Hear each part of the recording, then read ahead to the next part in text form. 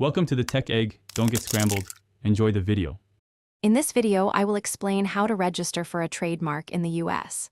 First, understand that a trademark protects your brand's name, logo, or slogan, distinguishing your goods or services. Begin by conducting a comprehensive search to confirm your desired mark isn't already in use. This crucial step helps avoid potential legal conflicts and saves you time and resources later on. Finally, meticulously prepare your application, ensuring all details are accurate and complete before filing. A thorough search is paramount. Start by using the United States Patent and Trademark Office's test database, which is publicly accessible online.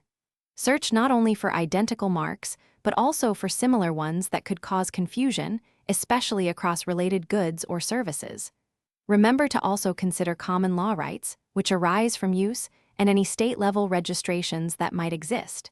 This diligence helps ensure your mark's uniqueness. When preparing your application, you'll need to determine your filing basis, such as use in commerce if you're already using the mark, or intent to use if you plan to soon. Clearly identify the specific goods and services your trademark will cover, as this defines its scope of protection. Additionally, provide a clear drawing of your trademark, whether it's a standard character mark or a design, for the examiner's review. Once your application is ready, file it electronically through the USPTO official website. After submission, an examiner will review your application. Be prepared to respond promptly to any office actions, which are official communications from the examiner requesting clarification or addressing issues.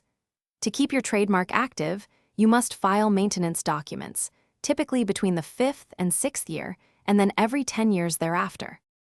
Thanks for watching. Consider subscribing if I helped unscramble your problems.